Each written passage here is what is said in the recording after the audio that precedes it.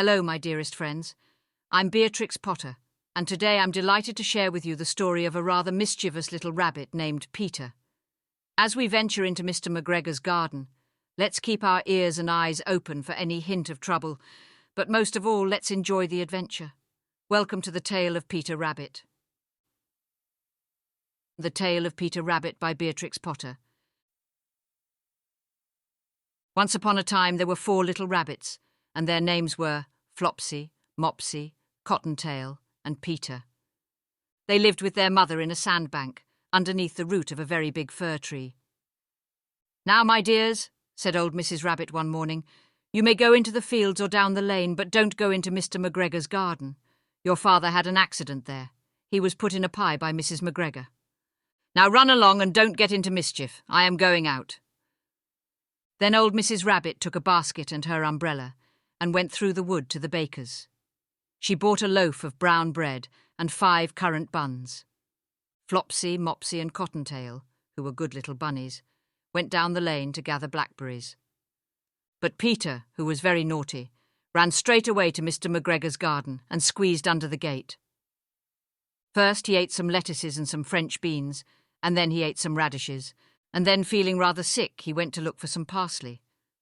But round the end of a cucumber frame, whom should he meet but Mr. McGregor? Mr. McGregor was on his hands and knees planting out young cabbages, but he jumped up and ran after Peter, waving a rake and calling out, "Stop, thief!" Peter was most dreadfully frightened. He rushed all over the garden, for he had forgotten the way back to the gate. He lost one of his shoes among the cabbages, and the other shoe amongst the potatoes. After losing them, he ran on 4 legs and went faster, so that I think he might have got away altogether if he had not, unfortunately, run into a gooseberry net and got caught by the large buttons on his jacket.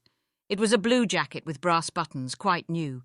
Peter gave himself up for lost and shed big tears, but his sobs were overheard by some friendly sparrows, who flew to him in great excitement and implored him to exert himself. Mr. McGregor came up with a sieve, which he intended to pop upon the top of Peter, but Peter wriggled out just in time, leaving his jacket behind him, and rushed into the tool shed and jumped into a can. It would have been a beautiful thing to hide in if it had not had so much water in it. Mr. McGregor was quite sure that Peter was somewhere in the tool shed, perhaps hidden underneath a flower pot. He began to turn them over carefully, looking under each. Presently Peter sneezed. "Curty scoo!" Mr. McGregor was after him in no time, and tried to put his foot upon Peter, who jumped out of a window, upsetting 3 plants. The window was too small for Mr. McGregor, and he was tired of running after Peter. He went back to his work. Peter sat down to rest. He was out of breath and trembling with fright, and he had not the least idea which way to go.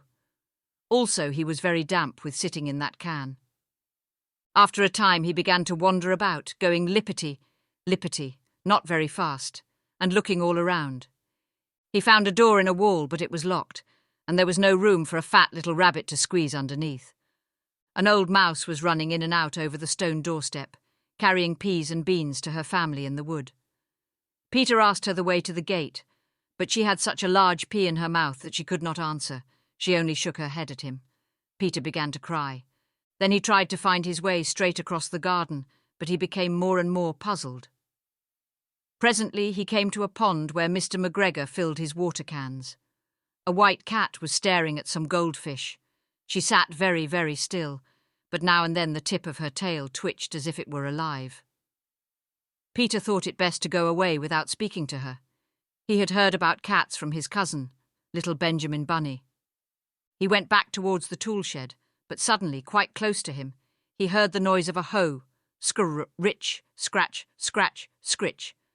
Peter scuttered underneath the bushes, but presently, as nothing happened, he came out and climbed upon a wheelbarrow and peeped over. The first thing he saw was Mr. McGregor hoeing onions. His back was turned towards Peter, and beyond him was the gate. Peter got down very quietly off the wheelbarrow and started running as fast as he could go, along a straight walk behind some black currant bushes. Mr. McGregor caught sight of him at the corner, but Peter did not care. He slipped underneath the gate and was safe at last in the wood outside the garden. Mr. McGregor hung up the little jacket and the shoes for a scarecrow to frighten the blackbirds. Peter never stopped running or looked behind him till he got home to the big fir tree. He was so tired that he flopped down upon the nice soft sand on the floor of the rabbit hole and shut his eyes. His mother was busy cooking. She wondered what he had done with his clothes. It was the second little jacket and pair of shoes that Peter had lost in a fortnight. I'm sorry to say that Peter was not very well during the evening. His mother put him to bed and made some chamomile tea, and she gave a dose of it to Peter. 1 tablespoonful to be taken at bedtime. But Flopsy, Mopsy and Cottontail had bread and milk and blackberries for supper. The end.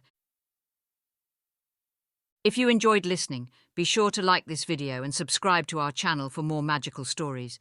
Until then, stay curious, stay kind, and keep dreaming.